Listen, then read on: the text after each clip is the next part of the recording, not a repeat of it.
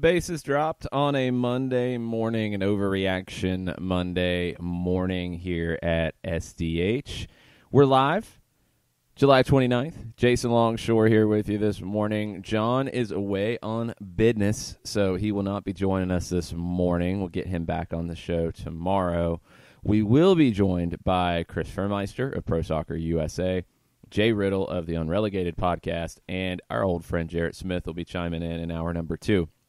But we're going to be taking a lot of your reactions on Twitter. Tweet at us at Soccer Down Here. Let us know what you thought about the madness that was Los Angeles Friday night. Five Stripes After Dark was a typical Five Stripes After Dark kind of night. It was chaos. It was an early goal from Mo Adams, of all people, who was in the starting lineup for the first time. It was a 15-minute span at the end of the first half where it all fell apart, but then you got a lifeline at the end of all of that before you go into the locker room for halftime. You are the better team in the second half. You get one back. You force an own goal from Eddie Segura, but you're not able to find the equalizer, even though you did have chances. Brad Kazan made a number of saves, even in giving up 4 goals. It was a night that had a little bit of everything. It feels like it's one that we could talk about for 4 or 5 hours and still not cover everything. But we're going to do our best to do it in 2+. So let us know on Twitter what you're thinking at Soccer Down Here. Let's go ahead and jump into the Twitter timeline a little bit. I'm going to scroll back a good bit here and jump into it, because there's a lot.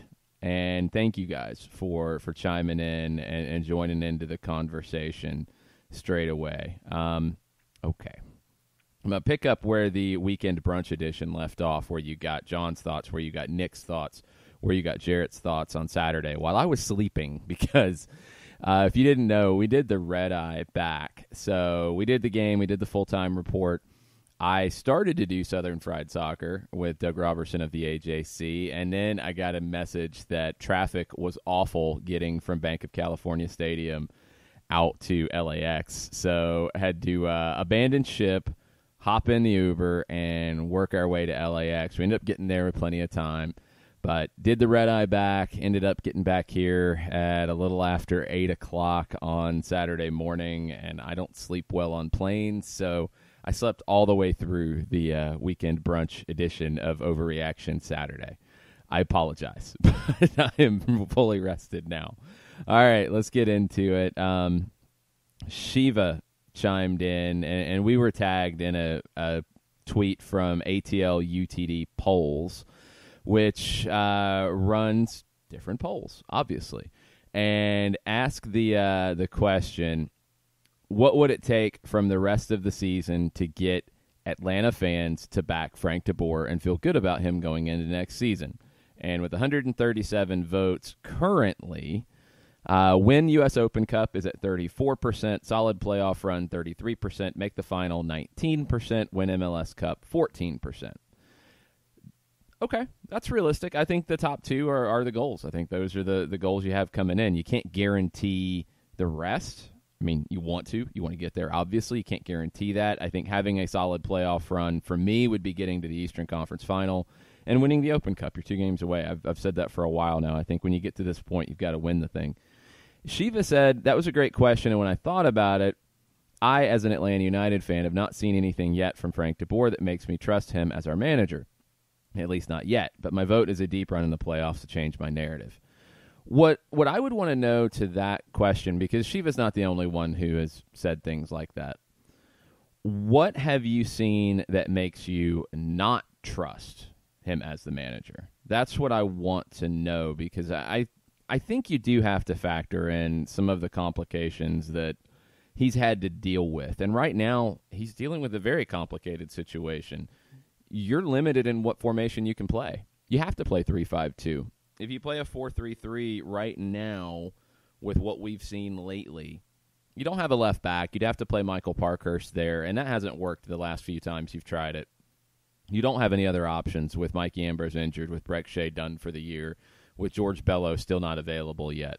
You could move Franco Escobar over there, but then you don't have a right back. And right wing back and right back are two very different roles. And judging from Frank de Boer's earlier comments about not being able to play four in the back with Escobar's injury at the beginning of the season, there's not much you can do there. So you have to go 3-5-2. And in this one, on Friday night, you go 3-5-2 with Mo Adams as a left wing back. You saw some of the limitations of that. Mo Adams, I thought, defensively kind of got lost a little bit at times in that run in the last 15 minutes of the first half where things fell apart, and he wasn't able to really give you a lot going forward outside of the goal that falls into his lap. He didn't really create a lot going forward. He's just not as comfortable on the ball. That's why he's predominantly known as a number 6, as a defensive midfielder who's going to get stuck into some tackles, win the ball, and then lay it off to somebody who can do more with it. Jennifer Welch chimed in on the poll and said, bring back our fun, attacking, attractive style of play. What was the second half? Honestly, what was this game from the jump? Because you didn't sit back in this. And that's something that I think there were a lot of questions what Atlanta would do going into Bank of California Stadium and how they would deal with the LAFC attack. Would they sit back? I didn't think they would. They didn't. Maybe they should have at times. Maybe at least they should have for a while to get out of the half. Maybe they should have held on to the ropes there if you're going with the boxing metaphor, just to get to the locker room. I felt like when they gave up the second that they needed to just do what it took to get out of there and get to the locker room. They were not able to do that. But that was a wide-open attacking style of play, even in a formation that isn't as easy to attack out of, because you've got to get your wingbacks forward. You've got to take some time to build up the play to get them there. You can't just break loose and go. And I think that's something that we've had this conversation a lot this season. There's a very different situation in playing the way Atlanta United did, especially at the end of last season in the playoffs, where you're putting numbers behind the ball and you're getting out and counterattacking in space and going, because you're going with 2, maybe 3, sometimes 4. There's a difference in that, and there's a difference in just sending everybody forward and not worrying about defense. Because you're going to get blown up that way. You're going to give up a ton of goals that way. And Tata Martino talked about it a lot over his 2 years here. You needed to be more secure defensively. Ultimately, he chose a style of play that was not the fun, attacking, attractive style of play. It was not in the postseason to win the title because his team was not good enough defensively. And this goes back to something for me in this that bad stretch of time in this, and sometimes in the second half. But again, in the second half, you are throwing more numbers forward. You are throwing caution to the wind a little bit. In that bad stretch in the first half, the central midfield was overrun. And that was a bit of a surprise because you're looking at that as one of the strong points of your team. With Eric Remedi, Darlington, Nagbe, Emerson, Heineman, you should be able to control the ball in that portion of the field. You weren't. And you weren't able to defend well enough in that portion of the field either, and that was the bigger issue here. It felt like Mark Anthony Kaye was able to take a very long touch forward every time, not be challenged, and have midfielders back on their heels, unable to really do anything about it. It's not going to work long term. You're going to have problems defending that way. I think in the idea right now of trying to get a midfield that is very fluid, that is interchangeable, that sometimes Nagbe can be the one who sits deeper, sometimes it's Remedi, sometimes it's Heineman. In this moment, it wasn't really anybody enough of the time. And that's where maybe a Mo Adams comes into play. In games like this, maybe it's Mo Adams who sits and is that guy who is going to sit behind. You know you've got cover. So you're not hesitating about stepping or staying, stepping or holding. And that's what it felt like. It felt like they were very unsure of what was around them. And when you're unsure of what's around you against LAFC, you're going to get lit up. They're too good to play timid.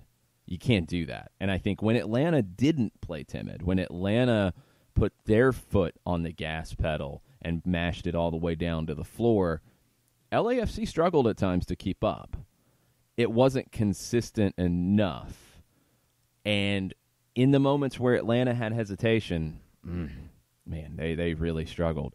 So the whole thing about fun, attacking, attractive style of play, I would love to know for you out there listening who do feel that way, and I know there's a bunch of you. What does that mean? What does that mean you want to see? What does that turn into? Is it because of a formation? Is it because of personnel? What is it?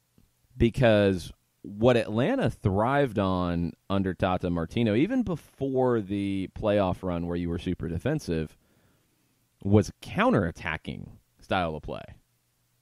It wasn't an attacking style of play, because an attacking style of play, in a lot of ways, is doing what Atlanta's doing right now, controlling the ball, getting numbers forward, knocking it around to create the opportunities, and scoring goals. They're not scoring as many goals as they should be, but that's an attacking style of play. What Atlanta did before was a counter-attacking style of play. And if that's what people want to see, that's fine, but that's what it is. It's not just flooding numbers forward. Now, the other thing that Atlanta did, and this is much more of a 2017 thing than a 2018 thing, they pressed. That's something LAFC did really well. Atlanta, I don't think, ever did it at that level. But Atlanta, with their speed up top, was able to press and create turnovers and go. That's different, too, than just an attacking style of play. What do you want to see?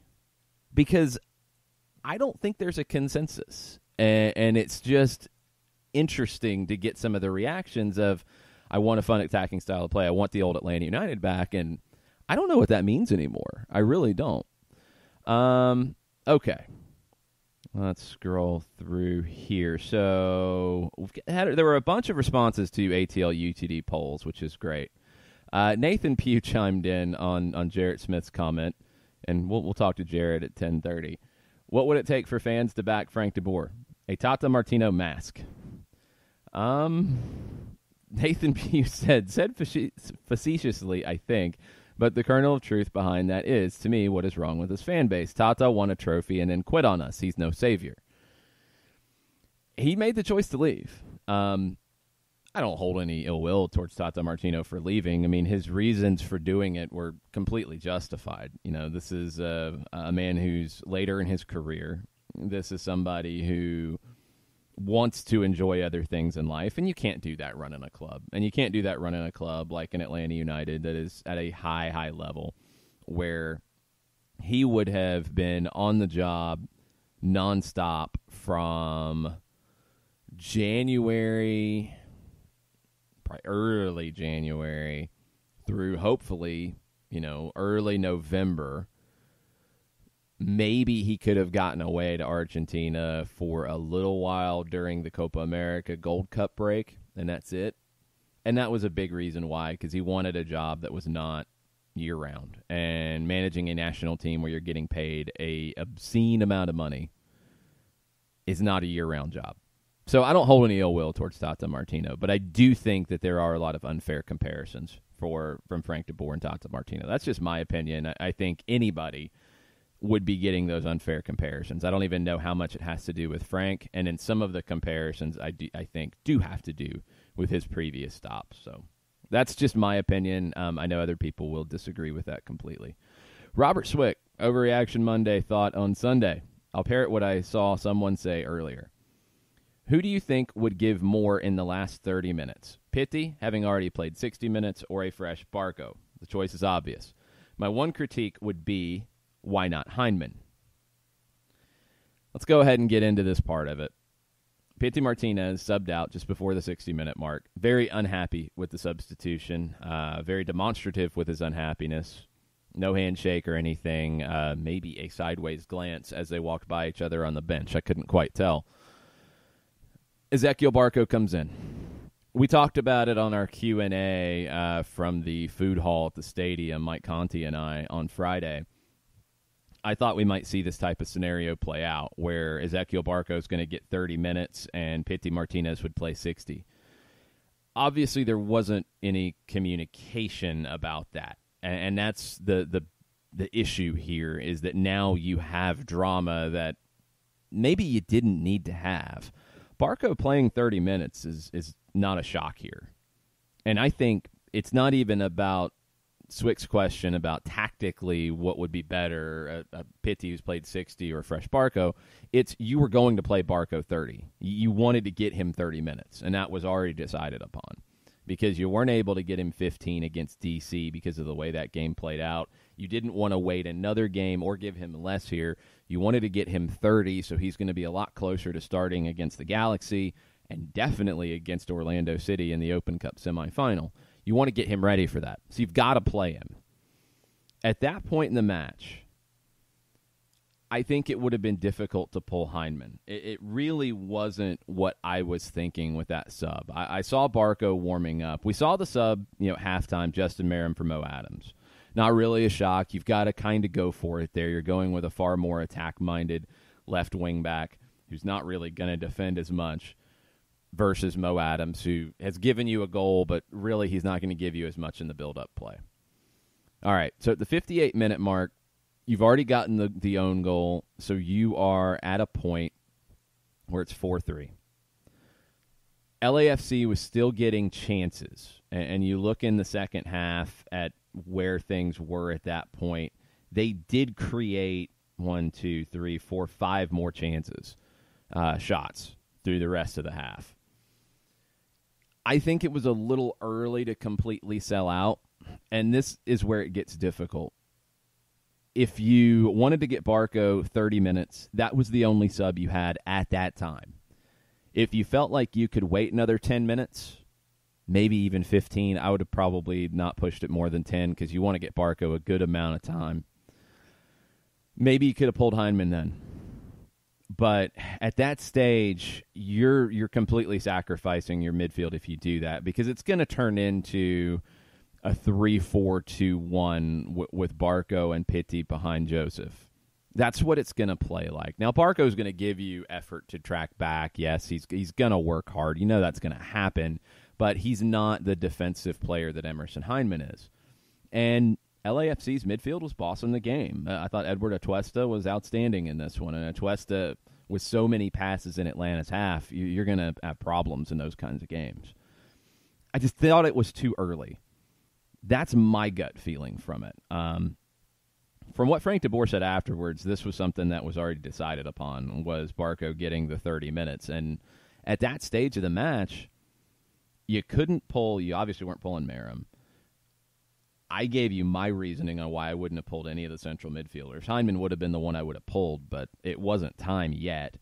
You're not going to put Barco as a wing back and pull Gressel. You're not going to pull Joseph. That's the only sub you have. I don't know if this just was not discussed across the board that, hey, Pitti, give us 60, Barco's going to give us 30. That's how we're going to divide it up today. Maybe that changes based off the way the game goes, but that's the plan coming in. Don't know. Obviously, it doesn't feel like it. And then you get the issue, and then you get Pitti Cam, and then you get storylines, and then you get talk, and then you get all of the distraction. That's the problem coming out of it, but it didn't change anything for a negative in the match. Barco came in and was fine. I didn't think he was bad. I didn't think he was great. I thought he was all right. Gave you a little more energy than Pitti had at that point, but it didn't dramatically change anything from a positive or a negative standpoint. It's down to this. If you had decided that Barco was getting 30, I feel like the communication probably should have been clearer about what the scenario was. If you had felt like you could have given him 20 and waited a little bit longer, you could have pulled Heinemann and then went for it. And you might have given up the fifth goal. You very well could have, because that would have been a very risky bold sub. You were in my opinion, in the second half, the better team. Now, LAFC did create some chances late that forced saves from Brad Kazan. But you were the better team in the second half, I feel like. Even though you didn't get the shots on goal to show for it, I thought Joseph had opportunities to find an equalizer. He pushed 2 wide that were a little surprising, but hey, it happens. LAFC forced 2 saves in the 84th. They forced a few other saves along the way. If you make that sub Heinemann for Barco at that time, I feel like more chances are towards conceding a 5th. We don't know if it would have pushed you closer to getting a 4th. It was a little too risky at that point for me. That was my gut feeling about it. But the bigger issue is the communication. And now you have another situation to deal with. That's just where you're at. 5-stripe stunner. Did FDB fail to prep Atlanta to deal with LAFC midfield and Vela? There was a performance gulf between LAFC and the second-best team in MLS in the first half. Unlike FB, our CDMs and center backs have had lots of continuity, even improvement over 2018 with Miles. What gives? One, LAFC is just good. I mean, it is okay to say that. LAFC is just a flat-out good team at home. Only one team's pulled a point from them at home. They're just that good. It took them till about the 25th, 30th minute to get going. And they really didn't get going much in the second half. So, all told, it wasn't, I don't feel like they failed to be prepared. I don't think that's the issue. I think LAFC is just that good. What surprised me is when it started to fall apart. When you get 2 goals that are a whisker away from being offside and then a penalty that I really hated the call. The 4th one's just a bad goal to give up. You didn't close up shop to get to the locker room. And that's a moment that with that continuity, with Remedi, Nagbe, LGP, Escobar, Gressel, guys who have been in these moments before, somebody's got to grab the leadership at that point and say, look, we're going to sit back a little bit more. We're going to make sure we don't give up another one. We're not going to get knocked out here. That's the issue I had here. It's not about the tactics or lack of preparation. LAFC does this to everybody because they are that good, and they wear you down in a half. The number to me that just blew my mind is they've scored 59 goals this season, 31 come in the final 15 minutes of halves, and most of those come in the final 15 minutes of the first half. They wear you down with that press. They get you making bad decisions, and then they get you making more bad decisions. And then you give up a big mistake or a big goal, and they get you making more bad decisions. And that was what happened with Atlanta in that run. You give up a goal in the 33rd, 38th, 42nd, 45th. Can't do that. You have to shut things down and get to the locker room. That's a mentality thing. And that's where there's been a lot more conversation about mentality this season. That's one where in this team right now, without Michael Parkhurst on the field, without Jeff Lorenowitz on the field, who have predominantly been your captains on the field, someone on the field has to grab the team and say, no more. This is it right here. We're shutting it down, getting to halftime. No one did. That can't happen. That's got to be a learning opportunity here. What else could you have done to prepare? You could have bombed it long more, and in the second half you did. You played more long passes in the second half into their final third, so you just skipped the midfield. It's one thing you could have done more, but Joseph Martinez battling with Walker Zimmerman for aerial duels is not going to make for a good night either. You don't have a 6'5" Zlatan Ibrahimovic. That's how the Galaxy dealt with it. You didn't have that. So you have to try to build up play a little bit. What else could you have done? There's not a lot.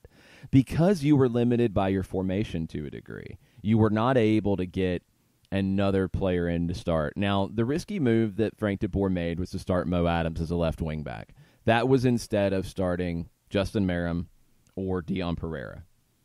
I understand the thought process there. Do you want Justin Merrim or Dion Pereira predominantly dealing with Carlos Vela? That's a tough situation. That's not a good setup. You'd rather have Mo Adams than that, who can defend 1v1 and has shown that in his career.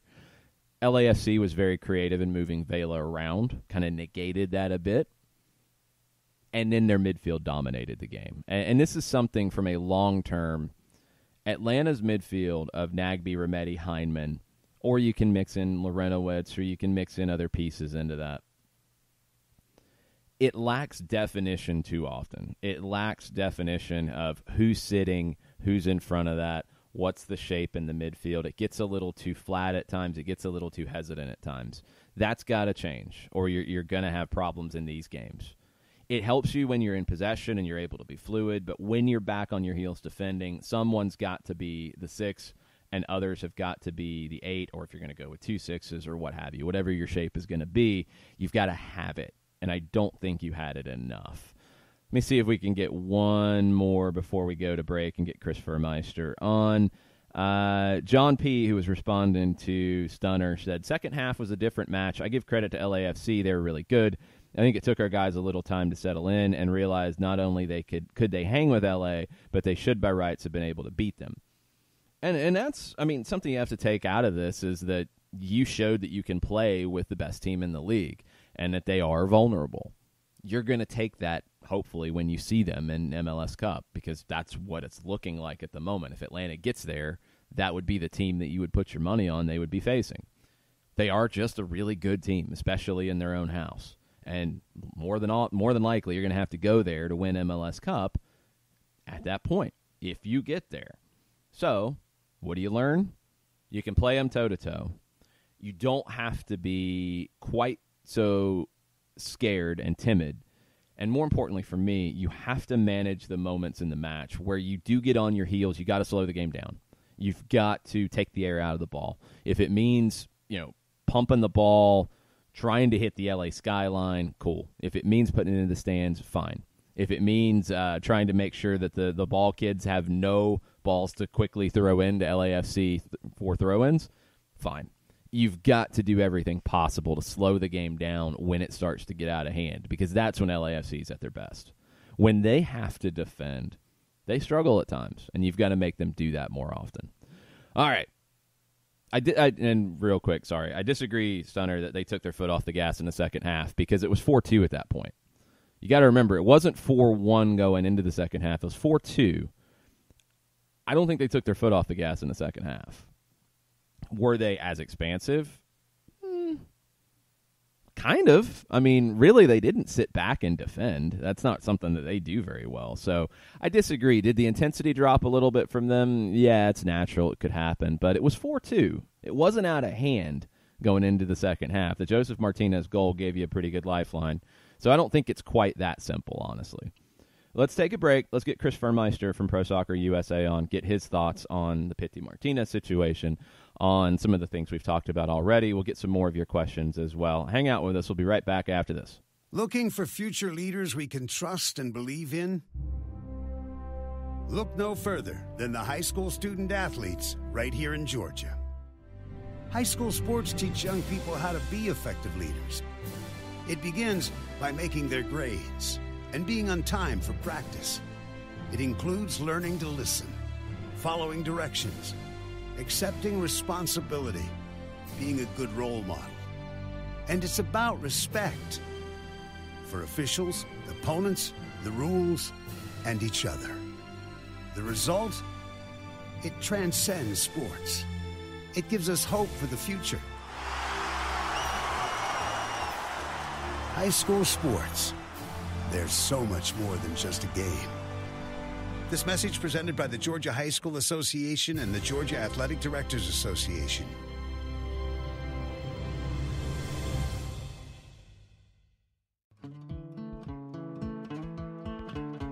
Today's show is presented by Appolinsky & Associates, personal injury lawyers with over 30 years of experience, supporters of Atlanta United, Faction, and Inter-Atlanta Youth Football Club.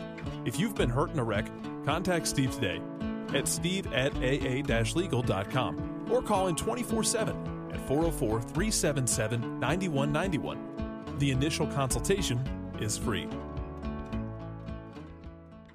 We know that every driver is different, and a one-size policy does not fit all. That's why Country Financial offers a variety of discounts, so you get the coverage you need and the savings you deserve. From good driver to good student, multi-policy to multi-car, we've got a discount to suit every driver. Call Jason Wright at 678-568-6871 today to see what you could save. On Facebook at Jason Wright Agency or by phone at 678-568-6871. Discounts vary by state. Policies issued by Country Mutual Insurance Company, Country Preferred Insurance Company, or Country Casualty Insurance Company, Bloomington, Illinois.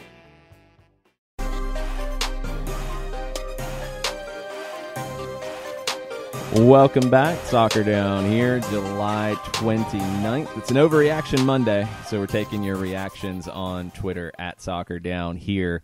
Let's get some reactions from our friend Chris Fuhrmeister of ProSoccer USA. How's it going, Chris? Hey, Jason. Pretty good. Thanks for having me. Yeah, anytime. Let's get into a couple things that I want to get an outside perspective on. The Pity Martinez situation. Let's just start there. So he gets subbed in the 60th minute. It's Ezequiel Barco coming in. Frank de Boer mentioned it the week before that he wanted to get Barco 15 minutes, wasn't able to do it because of the way the DC match played out. So I don't think anybody's surprised that Barco was kind of forced into this match a little bit. Maybe the way it played out and Pity's reaction is the biggest surprise here. Yeah, Pity obviously was not happy to be pulled from that game. And to be fair, yeah, he shouldn't have been. I mean, he's a big-time player. He wants to be a big-time player. This is a big game. He doesn't want to be pulled out of games like this. He wants to fight for 90 minutes, and he believes that he can contribute. So he was upset, visibly so, and just with everything that has gone on in recent weeks with his interviews on Argentine radio stations and his comments to media in Atlanta and just all that, that's what really amplifies it. I think that Barco coming into the game, De Boer wanted to give him minutes and Barco looked good, but it's just, I think I wrote that Barco for Pity in that situation, it was a like-for-like sub, and I thought that Pity was playing well after halftime. Barco came in and played well, but because they're similar players and because it was like-for-like, it didn't really do a whole lot to change the game. So I sort of see why De Boer made that move and why if he wanted to play Barco, why he pulled Pity off. His comments after the game saying that he felt like that was the only position. Okay, that makes sense. But also, I mean, if De Boer has a plan to put Barco in the game, like we're going to get Barco minutes, we're easing him back in, from a long layoff. And if he feels that pretty much he's going to have to play the second forward position in the 3-5-2, which is what Pity is playing. I mean, before the game, it probably would have been a good idea to communicate that like, hey, Pity, we're going to get Barco minutes, and in this setup, like the position that he would play is the position that you're going to play. So it's probably going to be a Barco for Pity sub. Maybe De Boer did communicate that, and Pity just didn't really accept it. I don't know, but it looked ugly the way that Pity came off. Yeah, obviously Gwen was a little fired up about that substitution as well. It was, I think some of this is down to the formation right now. And I want to get your take on this because, I feel like it's been a lot of the conversation all season is 3-4-3, 4-3-3, now 3-5-2, and what's best. And I don't know if Frank de Boer really has any alternatives at the moment. I think he has to play 3 in the back because of your lack of a left back, and I'm a little more comfortable 3-5-2 as opposed to 3-4-3. But do you see a scenario until either Bello gets back or Ambrose gets back or you add an outside back that you could play 4-3-3? Well, I mean,